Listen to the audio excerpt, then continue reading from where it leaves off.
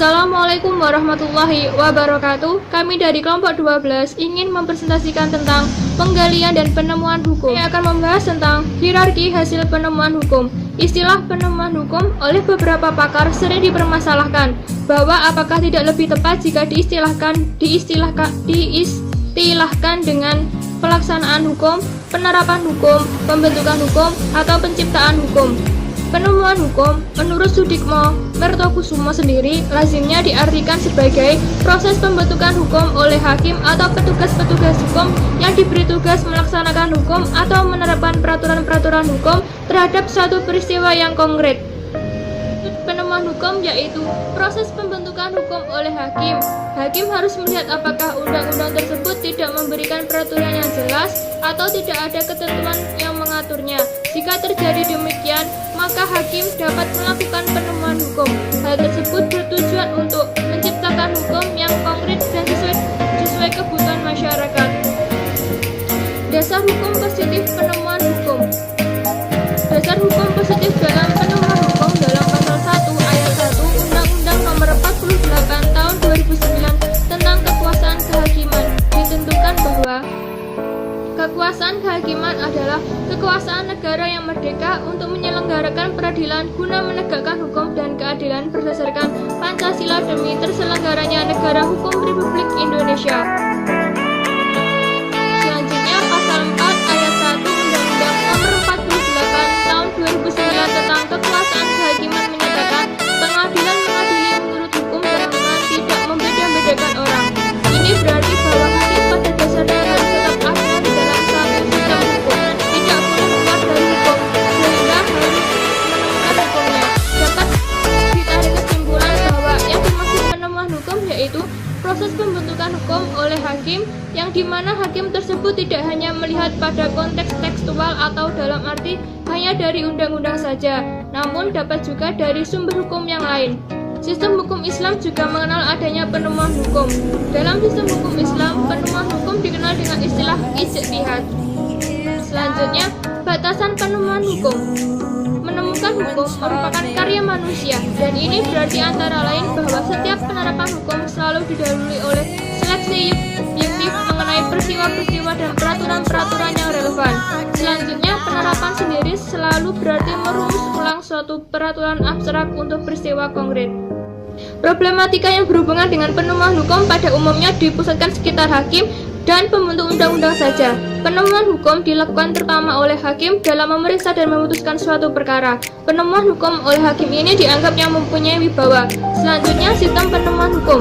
Dalam perkembangan sistem penemuan hukum dikenal dengan dua sistem. Yang pertama, sistem penemuan hukum heteronom. Sebagai prototipe penemuan hukum heteronom terdapat dalam sistem peradilan negara-negara kontinental termasuk di dalamnya Indonesia. Di sini hakim bebas, tidak terikat pada putusan hakim yang lain yang pernah dijatuhkan perkara sejenis.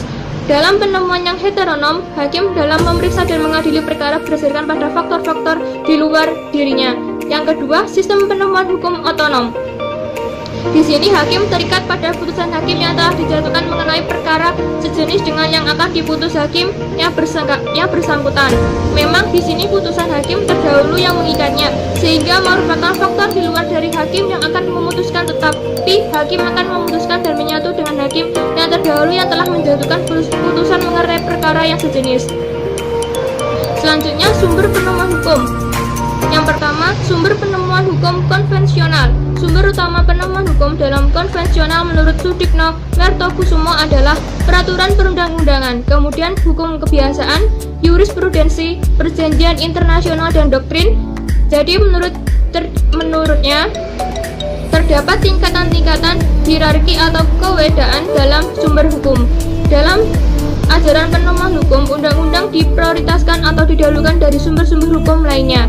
Kalau hendak mencari hukumnya, arti dari sebuah kata makna terlebih dahulu dicari dalam undang-undang, karena undang-undang bersifat otentik dan berbentuk tertulis, yang lebih menjamin kepastian hukum. Selanjutnya, sumber penemuan hukum Islam. Seperti halnya sumber hukum dalam hal penemuan hukum menurut konvensional, maka dalam hukum Islam juga terdapat urutan atau hierarki tersendiri dalam hal penemuan hukum, yaitu Al-Quran, Sunnati atau hadis Nabi, dan ijma'.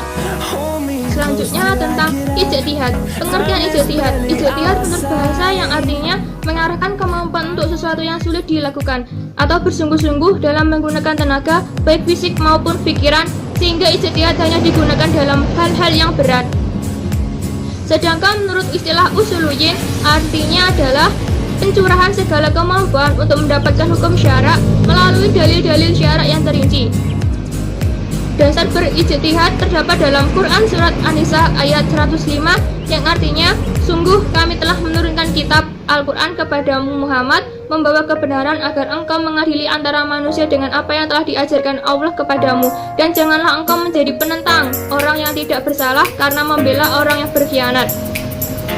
Dalam hadis riwayat Amr bin As, ia mendengar Rasulullah SAW bersabda, yang artinya, jika seorang hakim berijtihad dalam menetapkan suatu hukum, ternyata hukumnya benar, maka hakim tersebut akan mendapatkan 2 pahala, dan apabila dia berijtihad dalam menetapkan suatu hukum, namun dia salah, maka dia akan mendapatkan 1 pahala. Hadis riwayat Muslim. Syarat-syarat berijtihad. Orang yang melakukan ijtihad atau mujtahid harus memenuhi persyaratan seperti berikut ini. Mengetahui makna yang dikandung oleh ayat-ayat yang berhubungan dengan hukum dalam Al-Quran, baik secara bahasa maupun menurut istilah syariat. Tidak harus hafal ayat-ayat tersebut, juga tidak harus hafal seluruh ayat Al-Quran, melainkan cukup mengetahui mana tempatnya ayat-ayat yang berhubungan dengan hukum itu, sehingga mudah baginya menemukan apabila dibutuhkan. Yang kedua, mengetahui hadis-hadis yang berhubungan dengan hukum, baik secara bahasa maupun dalam pemakaian syara.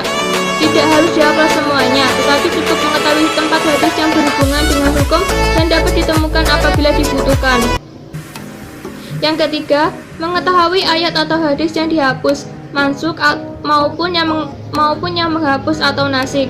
Yang keempat, mengetahui masalah-masalah yang sudah menjadi ijma atau yang disepakati dan masalah-masalah yang ditetapkan hukumnya melalui ijma karena dilarang mengeluarkan fatwa yang bertentangan dengan ijma. Yang kelima yaitu menguasai seluk-beluk bahasa Arab seperti nahwu dan shorof karena Al-Quran dan Sunnah diturunkan dengan berbahasa Arab. Yang keenam, menguasai seluk-beluk qiyas seperti syarat, rukun, ilat, hukum dan cara menemukan ilat itu dari ayat atau hadis, dan mengetahui kemaslahatan yang terkandung dalam suatu ayat hukum dan prinsip umum syariat Islam. Selanjutnya yang ketujuh yaitu menguasai ilmu usul fiqh seperti hukum dan macamnya, tentang amar, nahi, am, qas dan lainnya. Yang kedelapan, mampu menangkap tujuan syariat dalam merumuskan suatu hukum. Hal-hal yang tidak boleh dilakukan ijtihad adalah perkara yang sudah jelas hukumnya seperti wajibnya sholat 5 waktu, puasa, zakat dan lainnya. Hukuman-hukuman yang telah ditetapkan besarannya. Sedangkan hal-hal yang boleh dilakukan ijtihad adalah perkara yang hukumnya ditetapkan dengan dalil zani atau persangkaan atau sama sekali belum ada ketetapan atau dalil hukumnya, atau redaksi Al-Quran atau hadis yang menunjukkan pengertian secara tidak tegas sehingga ada kemungkinan pengertian lain selain yang cepat ditangkap ketika mendengar bunyi lafal atau redaksi itu. Selanjutnya hukum berijtihad. Hukum berijtihad bagi seseorang yang telah memenuhi persyaratan ijtihad adalah yang pertama, fardu ain. Jika terjadi pada diri seorang mujtahid permasalahan yang membutuhkan jawaban hukum, maka ia wajib melakukan ijtihad dan hasil ijtihadnya wajib ia amalkan. Ia tidak boleh bertaklid kepada mujtahid lain. Selanjutnya juga fardu ain bagi seorang mujtahid jika ia ditanya tentang suatu masalah yang jika tidak segera ditentukan hukumnya, maka permasalahan itu akan selalu akan berlalu tanpa ada kepastian hukumnya. Sementara ketika itu tidak ada mujtahid lain yang dapat menjelaskan jawaban, dan dalam hal ini ijtihad menjadi fardu kifayah jika selain dirinya ada mujtahid lain yang dapat memberikan jawabannya. Selanjutnya, sunnah berijtihad, yaitu berijtihad dalam masalah yang belum terjadi baik permasalahan tersebut ditanyakan maupun tidak. Selanjutnya, haram jika berijtihad menyalahi apa yang sudah ditetapkan dalam Al-Quran dan hadis maupun ijma. Selanjutnya, kedudukan hasil ijtihad. Hukum yang dihasilkan melalui ijtihad mempunyai akibat atau pengaruh terhadap kaum muslimin. orang yang bertanya maupun terhadap orang yang berijtihad itu, yaitu yang pertama, pendapat atau hukum sebagai hasil ijtihad seseorang tidak mengikat kaum muslimin dan tidak mengharuskan orang lain untuk mengamalkannya. Selanjutnya, berijtihad dalam satu masalah oleh seseorang tidak menghalangi orang lain berijtihad dalam masalah yang sama, walaupun hukum yang dihasilkan berbeda. Selanjutnya, hasil berijtihad adalah pendapat yang didasarkan atas dugaan kuat dzanni. Oleh karena itu, orang yang berijtihad maupun orang lain dapat mengadakan ijtihad kembali dan menetapkan pendapat baru. Selanjutnya, seseorang yang mengetahui adanya hasil ijtihad harus menyelesaikan diri dengan hasil ijtihad yang baru. Tetapi jika tidak mengetahui amalan dan tindakannya yang didasarkan atas ijtihad yang pertama tetap sah. Macam-macam ijtihad. Secara garis besar, ijtihad dibagi menjadi dua bagian. Yang pertama, ijtihad fardhi, yaitu setiap ijtihad dilakukan oleh perseorangan atau beberapa orang, namun tak ada keterangan bahwa semua mujtahid lain menyetujuinya dalam satu perkara, seperti ijtihad yang dilakukan oleh para imam mazhab. Ijtihad semacam inilah yang pernah dibenarkan Rasulullah SAW kepada Mu'adz ketika diutus menjadi qadhi di Yaman. Selanjutnya, ijtihad jama'i, yaitu ijtihad dalam suatu perkara yang disepakati oleh semua mujtahidin. Ijtihad semacam ini dilakukan oleh hadis Ali bin Abi Thalib pada waktu beliau menanyakan kepada Rasul tentang suatu urusan yang menimpa masyarakat yang tidak ditemukan hukumnya dalam Al-Quran dan Sunnah. Ketika itu Nabi SAW bersabda, kumpulkanlah orang-orang yang berilmu dari orang-orang mukmin untuk memecahkan masalah itu dan jadikanlah hal itu sebagai masalah yang dimusyawarahkan di antara kamu, dan janganlah kamu memutuskan hal itu dengan pendapat orang seorang. Hadis riwayat Ibnu Abd al-Bar. Sekian yang dapat saya sampaikan. Mohon maaf apabila ada salah kata, dan selanjutnya akan dilanjutkan oleh teman saya yaitu Intan. Sekian dari saya. Wassalamualaikum warahmatullahi wabarakatuh. Assalamualaikum warahmatullahi wabarakatuh. Sebelumnya perkenalkan, nama saya Azizina Nurhaliza. Di sini izinkan saya melanjutkan materi pembahasan yaitu putusan qadhi dan fatwa. Yang pertama adalah putusan qadhi atau hakim, bahasa Indonesia atau qadhi yang qadhi atau fatwa yang hakimun, yang berarti orang yang memutuskan perkara atau memutuskan hukum. Sedangkan menurut syarat sendiri yaitu seseorang yang dipercaya oleh kepala negara untuk menyelesaikan perkara gugatan atau perselisihan yang berhubungan dengan hukum perdata, dikarenakan kepala negara tidak bisa untuk menyelesaikan suatu permasalahan. Kemudian pedoman hakim dalam menentukan hukum sendiri. Di dalam Islam kita tahu bahwasanya segala hukum itu ditetapkan oleh Allah. Maka seorang hakim atau seorang qadhi, maka seyogianya dia tidak untuk memutuskan hukum, akan tetapi menentukan hukum dengan cara ini. Tidak seperti negara-negara yang menggunakan akal rasional dan mereka untuk menentukan hukum. Kemudian proses hakim dalam menemukan dan menetapkan hukum sendiri. Aktualisasi kemandirian yang harus dilakukan seorang hakim.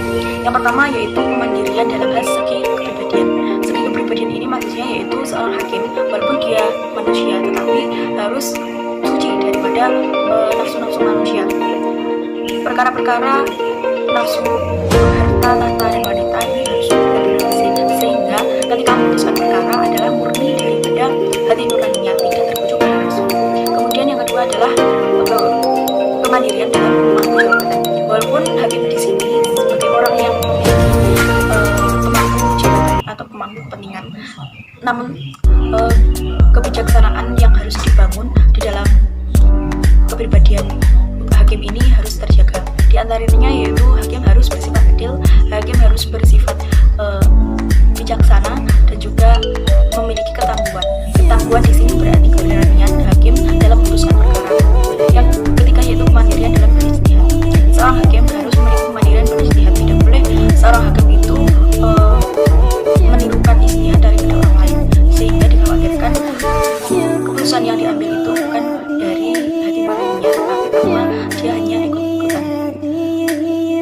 Adapun syarat-syarat menjadi qadhi diantaranya ada beberapa 15. Yang pertama, Islam, balik, berakal, merdeka, laki-laki, memiliki sifat adil, memiliki pengetahuan tentang hukum-hukum dalam Al-Quran dan Sunnah Nabi, memiliki memiliki pengetahuan tentang perkara-perkara ijma, memiliki pengetahuan tentang perkara-perkara ikhtilaf, memiliki pengetahuan tentang metode ijtihad, memiliki pengetahuan tentang tafsir Al-Quran, tentang pendengaran dan penglihatan yang baik, kemampuan menulis dan daya ingat dan daya analisa yang kuat. Sehingga dengan adanya syarat-syarat tersebut diharapkan seorang hakim ini benar-benar orang yang bijaksana, benar-benar orang yang adil, benar-benar orang yang dapat dipercaya untuk memutuskan perkara. Kemudian selain daripada syarat-syarat yang telah disebutkan, ada kondisi di mana hakim ini tidak boleh untuk memutuskan hukum karena dikhawatirkan itu hanya dipengaruhi oleh nafsu saja. Di antaranya yaitu ada 10 kondisi, di antaranya marah, lapar, haus, libido, berduka nestapa atau bergembira berlebihan, sakit, malas, mengantuk, terus cuaca yang amat dingin ataupun amat panas. Sehingga dikhawatirkan ketika misalkan ketika lapar, seorang qadhi itu terburu-buru atau tergesa-gesa dalam menentukan hukum yang diberikan, sehingga tidak jernih dari akal pikiran. Kemudian yang kedua yaitu tentang fatwa. Fatwa sendiri berasal dari bahasa Arab yang berarti penuh nasihat jawaban atas pertanyaan yang berbeda. Orang yang memberi fatwa maksudnya orang yang memberikan nasihat, orang yang memberikan pengetahuan, orang yang memberikan jawaban atas pertanyaan-pertanyaan mengenai hukum. Terus dasar hukum fatwa sendiri ini tertuang dalam Al-Quran surat An-Nahl ayat 43 dan juga hadis Rasulullah. Syarat-syarat menjadi orang yang bisa memberikan fatwa atau biasa mufti ini ada beberapa syarat. Antaranya syarat umum, syarat yang wajib dimiliki, di antaranya muslim, biasa dan sebagainya. Kemudian syarat dari ilmunya sendiri, orang yang mampu belajar, kemudian dari sisi yang adil, kemudian ada juga syarat mengetahui kejadian atau peristiwa yang menjadikan fatwa atau urusan hukum, kemudian mengetahui hukum syarat. Terus mungkin itu saja mengenai fatwa dan putusan hukum. Di antara perbedaannya yaitu ketika mengatakan qadhi atau hakim ini lebih parsial, maksudnya posisi hakim ini lebih tinggi daripada mufti, karena mufti sendiri ini adalah orang yang hanya memberikan nasihat tentang hukum, orang yang memberikan jawaban dan sebagainya. Akan tetapi kalau hakim adalah orang yang memutuskan, orang yang menemukan hukum dengan cara istimbat hukum dan menjatuhkan putusan tersebut yang nantinya juga berdampak terhadap orang yang diberikan putusan tersebut. Mungkin itu saja presentasi dari kelompok 12. Saya mewakili dari kelompok 12. Apabila ada banyak kata dan juga kesalahan, kami mohon maaf yang sebesar-besarnya. Akhirul kalam, ihdinas siratal mustaqim, wallahu muwaffiq ila aqwamit thoriq. Wassalamualaikum warahmatullahi wabarakatuh.